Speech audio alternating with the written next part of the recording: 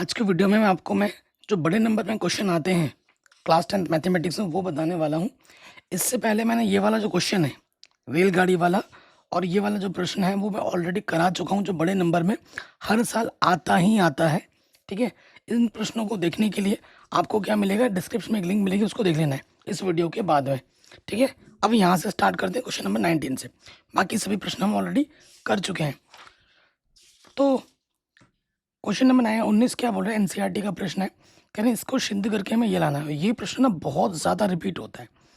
ठीक है, question number 19 जो है बहुत ज़्यादा रिपीट होता है। तो यहाँ लिखेंगे बायां पक्ष लेने पर, बायां पक्ष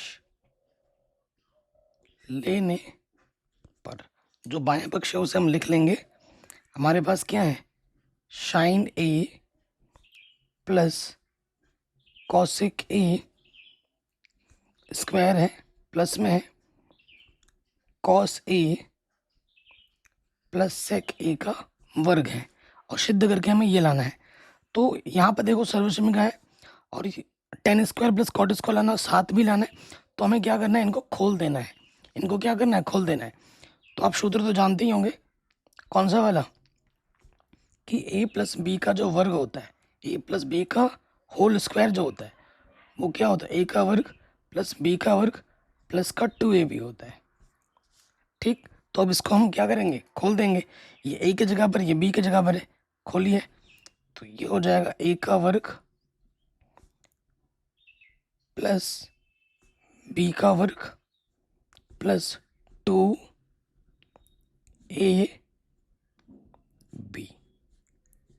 ठीक, अब इसमें भी लगा दीजिए, ए का वर्ग प्लस बी का वर्ग प्लस 2ab कॉस ए गुणा सेक ए। ठीक है, ये हमने लगा दिया। अब इसमें ना बहुत सारी सर्वसमीकरण लगनी है।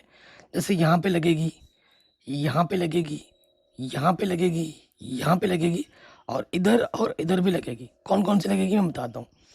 देखो, आप जानते हैं कि sine square theta plus cos square theta का मान एक होता है। होता है कि नहीं, एक होता है, बिल्कुल होता है। अब उसके बाद जैसे यहाँ पर क्या है, साइन ए गुणा कॉसिक ए है, तो इसका मान भी एक होता है। फिर कॉस ए गुणा सेक ए है, इसका मान भी एक होता है। ठीक, फिर यहाँ पर है कॉसिक स्क्वायर जो होता है वो होता है 1 प्लस कॉट स्क्वायर है। फिर यहाँ पर सेक स्क्वायर है, उसका सूत्र होता है 1 प्लस टेन स्क्वायर है। ठीक, इतने सारे सर्वसमीकरण एक ही प्रश्न में लग रही है ना, इस वजह से ये क्वेश्चन एग्जाम में बार बार आता है। और ये सारा एग्जाम में पेपर कॉपी में लिख के दिखाना है। अगर ये नहीं लिखोगे तो नंबर नहीं मिलेंगे। इसी के तो नंबर है। तो sine square plus cos square, इसके जगह पे आ जाएगा एक, इसके जगह पे क्या आ जाएगा बाबू, एक। और कॉसिक स्क्वायर की जगह पे आ जाएगा कितना, 1 प्लस कॉट स्क्वायर है, इसकी जगह पे आ जाएगा एक। ये इसको और इसको मिला के मैं एक लिख चुका हूँ, है ना। और सेक स्क्वायर की जगह पे आ जाएगा 1 प्लस टेन स्क्वायर ए, और 2 इसके जगह पे आ जाएगा एक। तो देखो, 2 2 4 5 6 7 7, यहाँ से आ जाएगा आपका प्लस में टेन स्क्वायर,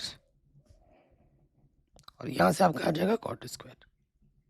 प्लस वाले को आप आगे पीछे करके लिखो, उससे फर्क नहीं पड़ता, है ना। 1 प्लस 2 भी 3 होता है, 3 प्लस 2 3 2 प्लस 1 भी 3 ही होता है। तो जोड़ को इधर उधर करके लिखो, इससे फर्क नहीं पड़ता। और यही हमको सिद्ध करना था। और ये प्रश्न आपके एग्जाम में ना बार बार आता है। अगले प्रश्न में हम आ जाते हैं। कह रहे हैं यदि ए बी सी डी एक चतुर्भुज ए बी सी डी के शीर्ष है तो इस चतुर्भुज का क्षेत्रफल क्या होगा। ये जो क्वेश्चन है ये आपके सिलेबस में नहीं है, तो इसको आपको नहीं पढ़ना है, सिलेबस से ही हटा दिया गया है। अगला क्वेश्चन जो है वो बहुत ज़्यादा इंपॉर्टेंट है और लगभग हर साल आ जाता है, बड़े नंबर में हर साल आता है। ठीक है, बहुत ही ज़्यादा इंपॉर्टेंट प्रश्न है। क्वेश्चन क्या है, एनसीईआरटी का प्रश्न है। एक खिलौना 3.5 सेंटीमीटर वाले एक शंकु के आकार का है जो उसी त्रिज्या वाले एक अर्धगोले पर अध्यारोपित है। इस खिलौने की जो संपूर्ण ऊंचाई है वो 15.5 सेंटीमीटर है। इस खिलौने का संपूर्ण पृष्ठीय क्षेत्रफल ज्ञात कीजिए। ठीक है, तो 21 नंबर पे आ जाते हैं।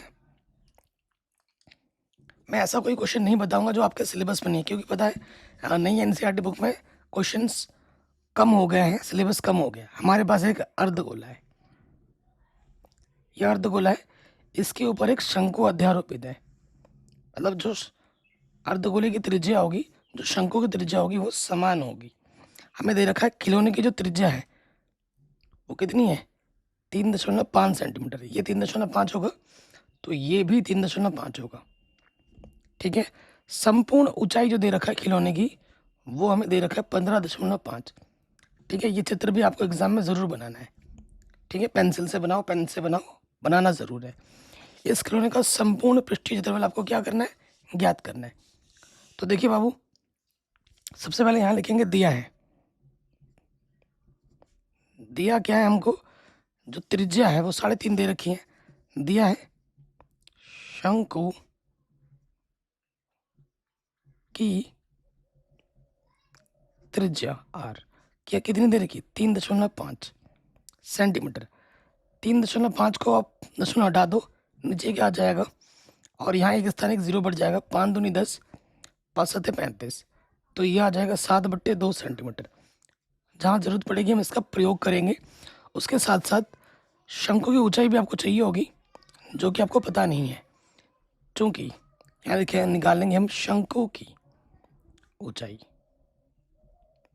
शंकु की ऊंचाई एच क्या हो जाएगी, जब टोटल में से इतना घटा देंगे, 15.5 में से जब 3.5 घटा दोगे तो कितना जाएगा बाबू, 12 सेंटीमीटर।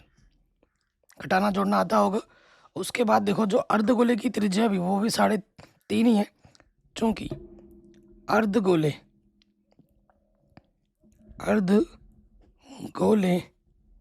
की त्रिज्या कितनी है, 3.5 है। ठीक है, क्योंकि पृष्ठीय क्षेत्रफल निकालना है तो शंकु का पृष्ठीय क्षेत्रफल क्या होता है, πr/l होता है। ये हमारा क्या होता है, तिर्यक ऊंचाई है। ठीक है, तो तिर्यक ऊंचाई हमें निकालना है, क्योंकि तिर्यक ऊंचाई l क्या होता है, अंडर रूट के अंदर h² + r², यही तो होता है। तो देखो सूत्र में हम रख देंगे h हमारे पास कितना है बाबू, 12 का वर्ग, और r हमारे पास है 7/2 इसका वर्ग। 12 का वर्ग होता है 144, 7 सत्ते 49, 2 दूनी 4। इसके बट्टे में कुछ नहीं तो क्या आ जाएगा, 1 आ जाएगा, लो छपा, 4 1 कम 4। इसकी गुणा इसके साथ करोगे, 144 गुणा 4 कितना होता है, 576, और ये होता है 49 1 कम 49। जोड़ दोगे तो कितना आ जाएगा, 625 बट्टे में है 4। 625 का वर्गमूल 25, 4 का वर्गमूल 2, 2 से काटोगे, 2 1 कम 2, 2 दूनी 4, 2 पंजे 10, तो 12.5 आ जाएगा। जो आपको नहीं पता था वो आपने निकाल ली। अब हम आ जाते हैं इसके, जो हमें निकालना है, यहाँ लिखेंगे प्रश्नानुसार। क्या लिखेंगे, प्रश्नानुसार। प्रश्नानुसार क्या, कि हमें क्या निकालना है, खिलौने का पृष्ठीय क्षेत्रफल। खिलौने का पृष्ठीय क्षेत्रफल क्या होगा बाबू, इसका क्षेत्रफल प्लस इसका क्षेत्रफल। शंकु का पृष्ठीय क्षेत्रफल प्लस अर्धगोले का पृष्ठीय क्षेत्रफल। अर्धगोले का पृष्ठीय क्षेत्रफल है ना। तो शंकु का जो सूत्र होता है क्षेत्रफल का वो होता है πr/l, और अर्धगोले का होता है 2πr²। तो कम से कम पाई आर दोनों में से उभयनिष्ठ। यहाँ से l बचा, 2 बचेगा, यहाँ पाई बाहर आ चुका है, r² से 1 r बाहर आ गया, 1 r बचा। पाई का मान होता है 22/7, त्रिज्या हमारे पास है 7/2, l हमारे पास है 12.5, त्रिज्या है 7/2, 2 से 2 कटा, 7 से 7 कटा, 2 1 कम 2 1 कम, यहाँ बचा 11, 12.5 और यह प्लस का 7 जोड़ेंगे तो ये आ जाएगा 19.5। गुणा करो, 11 बचे 55, हासिल लगा 5, ठीक है। 11 नम 99 और 5 104 का 4 हासिल लगा 10, 11 कम 11 और 10 21.1 स्थान के बाद, ठीक। तो ये हमें हमारा खिलौने का जो पृष्ठीय क्षेत्रफल है वो आराम से मिल गया। और ये क्वेश्चन बहुत ही ज़्यादा इंपॉर्टेंट है और आपके बोर्ड एग्जाम में ना बार बार आता है, बार बार आता है। फिर देखिए ये जो क्वेश्चन है अथवा में जो ये सिलेबस में नहीं है, अनुकूल प्रतिकूल चाल वाला ये भी सिलेबस में नहीं है, ठीक है, नहीं एनसीईआरटी बुक में नहीं, ये वाला है और ये बहुत इंपॉर्टेंट है और एग्जाम में हर साल आता है, ठीक है, ये हर साल एग्जाम में आता है। चलिए क्वेश्चन को पढ़ते हैं। कह रहे यदि किसी भिन्न के अंश और हर दोनों में 2 जोड़ दिया जाए तो वो 9/11 हो जाती है। यदि अंश और हर दोनों में 3 जोड़ दिया जाए तो 5/6 हो जाती है। तो भिन्न ज्ञात कीजिए। एनसीईआरटी का ही प्रश्न है, तो मैं आपको बार बार बोलता हूँ कि एनसीईआरटी पे ज़्यादा जोर लगाइए, एनसीईआरटी अच्छे से पढ़ लीजिए, सारा क्वेश्चन आप कर लेंगे आराम से। बाकी पूरी एनसीईआरटी सभी चैप्टर के इंपॉर्टेंट क्वेश्चन चैप्टर वाइज जिसमें ऑब्जेक्टिव भी हैं, सारा कुछ पढ़ा रखा है। डिस्क्रिप्शन में लिंक मिलेगी, जाके देख लेना प्लेलिस्ट की। तो क्वेश्चन नंबर ये कौन सा है हमारा 22वां है। तो मान लेते हैं, माना वह भिन्न, जो भिन्न है वो हमने मान लिया कि x/y है। ऊपर वाले को हम क्या बोलते हैं, अंश, नीचे वाले को हम क्या बोलते हैं बाबू, हर। फिर आ जाइए प्रथम शर्तानुसार। प्रथम शर्त के अनुसार, प्रथम शर्त में क्या बोला है, किसी भिन्न के अंश और हर में दोनों में 2 जोड़ दिया जाए। अंश ऊपर वाले में भी 2 जोड़ो, नीचे वाले में भी 2 जोड़ो, तो वो 9/11 हो जाती है। कितनी हो जाती है, 9/11 हो जाती है, यही बोल रखा है। तो ये कर दिया हमने। अब हमें क्या करना है, तिरछे गुणा। गुणा कीजिए तो ये हो जाएगा 11 गुणा x, 11x, 11 दूनी 22। यहाँ से हो जाएगा 9y, 9 दूनी 18, प्लस का 9y इधर के हो जाएगा माइनस के 9y, और प्लस के 22 इधर के माइनस के 22 हो जाएगा। यहाँ आ जाएगा 11x माइनस के 9y, 18 में से 22 घटाओगे कितना आ जाएगा, माइनस के 4। कितना आ जाएगा बाबू, माइनस के 4 आ जाएगा। कोई दिक्कत, कोई परेशानी नहीं होगी। अगले प्रश्न में आ जाते हैं, द्वितीय शर्तानुसार, ठीक। तो द्वितीय शर्त में क्या है, द्वितीय शर्त में ये बोला यदि अंश और हर दोनों में 3 जोड़ दिया जाए। अंश और हर में ऊपर भी 3 जोड़ो, नीचे भी 3 जोड़ो, तो ये 5/6 हो जाती है। अब हमें क्या करना है, फिर से तिरछी गुणा करनी है। करो, ये हो जाएगा 6 गुणा x, 6x, 6 18, और इधर हो जाएगा 5 गुणा y, 5y, 5 15। तो देखो ये प्लस का 5y इधर के हो जाएगा बाबू माइनस के 5y, और प्लस के 18 इधर के हो जाएगा माइनस के 18। 6x माइनस के 5y, 15 में से 18 घटाओगे कितना आ जाएगा, माइनस के 3। समीकरण नंबर 2। अब इन दोनों समीकरणों को विलोपन विधि, प्रतिस्थापन विधि, जो अच्छा लगता है उससे आपको हल कर लेना है, ठीक है। सो देखो बाबू, यहाँ पर x को हटाने के लिए इसमें 11 है, इस वाले में 11 से गुणा करना होगा, यहाँ 6, इस वाले में 6 से गुणा करना होगा। तो मैं यहाँ लिख देता हूँ समीकरण 1 व 2 से, ठीक है, समीकरण 1 व 2 से। तो गुणा करो इसमें, 11 छंग 66, 11 बचे 55y, 11 3 33। किसी भी समीकरण को ऊपर नीचे रख सकते हैं। इसमें गुणा करोगे 11 छंग 66x, 6 9 54 y, और 6 चौको 24, ठीक। समान चिन्ह है, प्लस प्लस, समान चिन्ह पे हम क्या करते हैं बाबू, घटाते हैं। घटाने पे चिन्ह बदलता है, प्लस का माइनस, माइनस का प्लस, माइनस का प्लस, ये प्लस माइनस कटा, माइनस 55 में से 54y घटा दोगे तो माइनस का 1y बचेगा, और 33 में से 24 घटा दोगे तो माइनस का 9 बचेगा। इधर भी माइनस, इधर भी माइनस कटा, तो y का मान आ गया 9। y का मान क्या आ गया, 9। y का मान किसी भी एक समीकरण में रख दो, चूंकि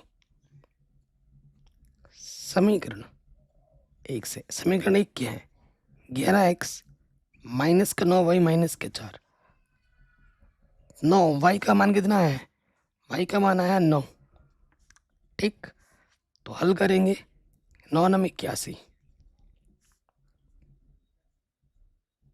माइनस के 81 इधर आके हो जाएगा प्लस का 81, है कि नहीं?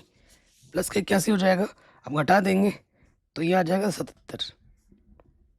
ठीक, 77 आ गया। अब यहाँ से क्या हो जाएगा? 11 गुणे में के बट्टी में आ जाएगा 11 7 77। एक्स का मान आ गया 7। एक्स का मान क्या आ गया? 7 आ गया। अतः भिन्न, भिन्न क्या होती है? एक्स के बट्टे में वाई होती है। एक्स हमारे पास 7 है, वाई हमारे पास 9 आया था, तो वो जो भिन्न हो जाएगी वो कितनी होगी? 7/9 होगी। वो भिन्न होगी बाबू कितनी? 7/9। तो ये क्वेश्चन हमारा आराम से बन गया, बहुत ही शानदार है, बहुत ही इंपॉर्टेंट है। अगले प्रश्न पे हम आ जाते हैं। बहुत ही शानदार क्वेश्चन है और एनसीईआरटी उदाहरण का प्रश्न है, तो उदाहरण को हल्के में मत लिया करो, उदाहरण से क्वेश्चन एग्जाम में बहुत आते हैं। ठीक है, और एक क्वेश्चन जो 5 नंबर का वो एग्जाम में आना ही आना है, निश्चित है। चैप्टर नंबर 9 से कह रहे हैं 1.5 मीटर लंबा एक लड़का 30 मीटर ऊंचे भवन की से कुछ दूरी पर खड़ा है। मैं आपको चित्र बना के दिखाता हूँ। देखो 1.5 मीटर का एक लड़का है, तो लड़का खड़ा होगा, कुछ भी खड़ा होगा, वो ज़मीन पे खड़ा होगा। ये ज़मीन है और ये 1.5 मीटर का लड़का है। इसकी जो ऊंचाई है वो 1.5 मीटर है। क्या 1.5 मीटर का लंबा लड़का है? 1.5 मीटर का लंबा लड़का 30 मीटर ऊंचे भवन से, हमारे पास एक भवन है, हमारे पास एक भवन है जिसकी ऊंचाई कितनी है? 30 मीटर है टोटल, यहाँ से लेकर यहाँ तक। ठीक है, कुछ दूरी पर खड़ा है और इसके लड़के की जो लंबाई है वो कितनी है? 1.5 मीटर है। ठीक, कह रहे हैं जब ऊंचे भवन की ओर जाता है, जब ऊंचे भवन की ओर जाता है तो उसकी आंख से भवन के शिखर का उन्नयन कोण 30 से 60 हो जाता है। बताइए कि भवन की ओर कितनी दूरी चल कर गया? तो जब पहली बार खड़ा है ना, तो उसकी आंख से जो उन्नयन कोण बन रहा है, आंख से उन्नयन कोण, और इसके समांतर मुझे यहाँ पर क्षैतिज रेखा लेनी पड़ेगी, तो वो कोण कितना बन रहा है? 30 बन रहा है। वो भवन की ओर कुछ दूरी चल कर गया है, मान लेते यहाँ से लेकर यहाँ तक आया, और जब यहाँ पे आया तो उसका जो उन्नयन कोण हो जाता है वो 60 हो जाता है। भवन के पास जाओगे ना, जितना पास में होगा उन्नयन कोण उतना बड़ा होता है, तो 60 हो गया। तो वो भवन की ओर कितनी दूरी चल कर गया? पहले यहाँ था, फिर यहाँ गया। मान लेते हैं यहाँ से लेकर यहाँ तक x दूरी चल कर गया। यही x आपको निकालना है, यही x आपको निकालना है, और इस दूरी को मैं मान लेता हूँ y है। ठीक, अब प्रश्न में देखो, अगर ये 1.5 है तो यहाँ से लेकर यहाँ तक कितना होगा? ये भी तो 1.5 ही होगा, बिल्कुल होगा। और मुझे ये दूरी चाहिए होगी, यहाँ पे भी 90 बन रहा होगा। दो समकोण त्रिभुज बनते हैं, एक छोटा वाला यहाँ बन गया, एक बड़ा वाला यहाँ बन गया। ठीक, तो यहाँ देखिए 30, ये अगर दूरी मुझे निकालनी है बाबू, तो मुझे इस पूरे में से इतनी दूरी घटा देनी है। तो 30 में से जब 1.5 घटाओगे तो कितना है? घटाना आपको आता है, 28.5 आएगा। और ये सब निकाल के दिखाना है, ये पेज में नहीं करना है। और नाम दे दो, अब इसका नाम दे देते हैं A B C D E F G। किसी भी लेटर से आप प्रेजेंट कर सकते हो, इट डजेंट मैटर है। ठीक, तो मान लेते हैं, और चित्र तो बन गया बढ़िया से। जो जो आपने माना है वो लिख लो यहाँ पर। माना आपने क्या माना है कि GF, अरे भाई GF आ गई, GF क्या है? X है।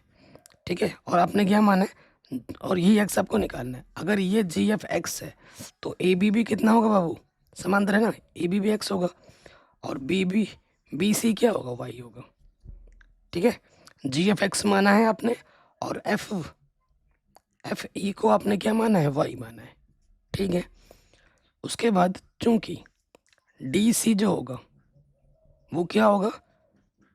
30 माइनस 1.5, तो ये आ गया 28.5 मीटर है ना, सेंटीमीटर लिख दिया मैंने, मीटर है ये। ठीक है, चलिए, चित्र अगर बन गया ना, प्रश्न एकदम हलवा हो जाता है, आसान हो जाता है।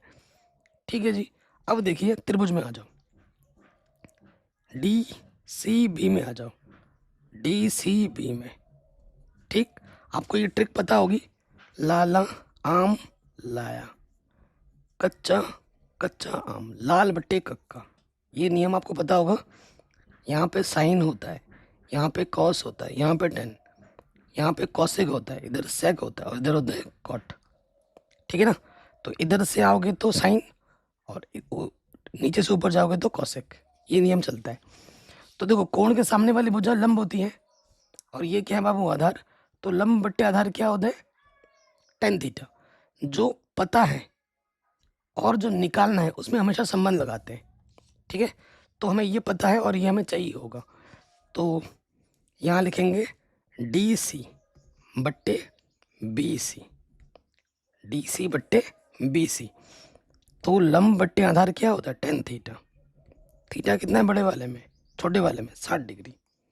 डी सी हमारे पास है 28.5 और बी सी हमारे पास है बाबू वाई। 10/60 का मान है √3। इसके बट्टे में कुछ नहीं तो मैं एक लिख सकता हूँ, तिरछे गुणा करो तो ये हो जाएगा √3y और ये हो जाएगा 28.5 एकम 28.5। √3 गुणा में इधर के आ जाएगा बट्टे में।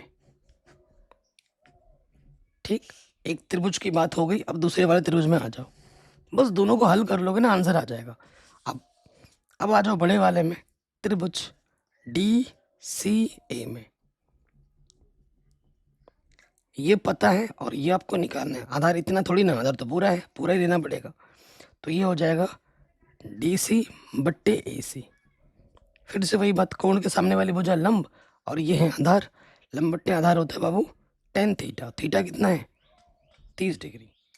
मान रखो डी सी हमारे पास है 28.5 और ए सी क्या है, x प्लस वाई, इतना प्लस इतना, इतना है तो ये आ जाएगा x प्लस वाई। और 10 30 का मान होता है 1/√3।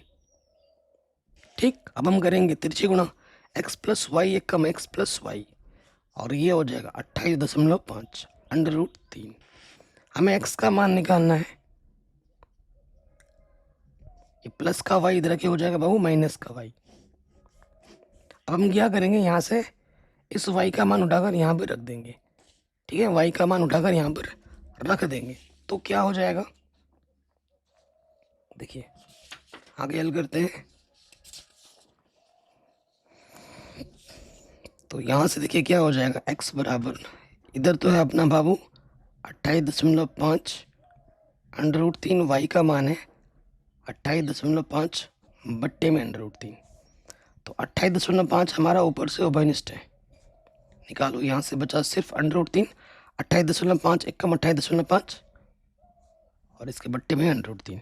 इसके बट्टे में कुछ नहीं तो मैं लॉस ऑफ 1 लिख सकता हूँ, बाहर है 28.5, लॉस ऑफ हो जाएगा √3 एकम √3। √3 गुणा √3 सिर्फ 3, 2 बार गुणा होने पर √ हट जाता है, 1 एकम 1। ठीक, तो यहाँ से देखिए 28.5, 3 में से 1 घटा दोगे तो 2 आ जाएगा, बट्टे में √3। अंडर कभी नीचे नहीं छोड़ना होता है, तो √3 से ऊपर नीचे क्या कर दो, गुणा कर दो। तो देखो बाबू √3 गुणा √3 सिर्फ 3 हो जाएगा और 28.5 दूनी 57 होता है।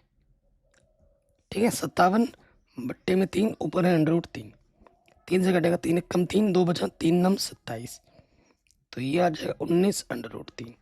यानी कि जो x का मान होगा, वो जो लड़का है भवन की ओर कितना दूरी चल कर गया, 19 √3 मीटर दूरी चल कर गया। लास्ट में ये लिख दोगे, अतः लड़का भवन की ओर 19 √3 मीटर दूरी चल कर गया। ठीक, शानदार क्वेश्चन और एग्जाम में बार बार आता है। जो क्वेश्चन मैं नहीं करा रहा हूँ वो सिलेबस पे नहीं है। ठीक है, जैसे ये त्रिभुज की रचना कीजिए, ये सब सिलेबस में नहीं है, हटा दिया गया है। ठीक है, ये भी, ये वाला जो है ये भी हटा दिया गया सिलेबस से, तो ये हम नहीं कर रहे हैं। अगला जो क्वेश्चन है सिंपल सा क्वेश्चन है जो एग्जाम में बार बार आता है। ये जो कुआं वाला क्वेश्चन देख रहे हो ना, इसको भी सिलेबस से हटा दिया गया है। तो ये जो क्वेश्चन है चिन्हक वाला, ये भी हटा दिया गया है। और आपको मैं बता दूं, माध्यक निकालना, माध्य निकालना और बहुलक निकालना, इनमें से एक क्वेश्चन हर साल एग्जाम में आ जाता है 5 नंबर में। देख रहे हो, आ रहा है ना 5 नंबर में। तो ये भी क्वेश्चन एग्जाम में पक्का आएगा 5 नंबर में, 100% गारंटी के साथ। बहुलक निकालने के लिए हर साल एग्जाम में प्रश्न आता ही आता है। ठीक, तो कह रहे निम्नलिखित आंकड़ों का बहुलक ज्ञात कीजिए। जब भी आंकड़े दिए हैं तो सबसे ध्यान से देखो कि 10 से 20 है, 20 पे ख़त्म हो रहा है तो 20 से स्टार्ट होना चाहिए, बिल्कुल हो रहा है, तो सारी दिक्कत परेशानी ख़त्म हो गई। हमें निकालना है बहुलक, और ये जो क्वेश्चन है उत्तराखंड बोर्ड में बहुलक निकालने के लिए बार बार आता है। बहुलक और माध्यक आते ही आते, इन दोनों में से कोई एक पक्का आएगा। ठीक है, तो बहुलक निकालना है तो सबसे पहले ये आंकड़ा जो है आपको बना के दिखाना पड़ेगा, ये ध्यान रखना है।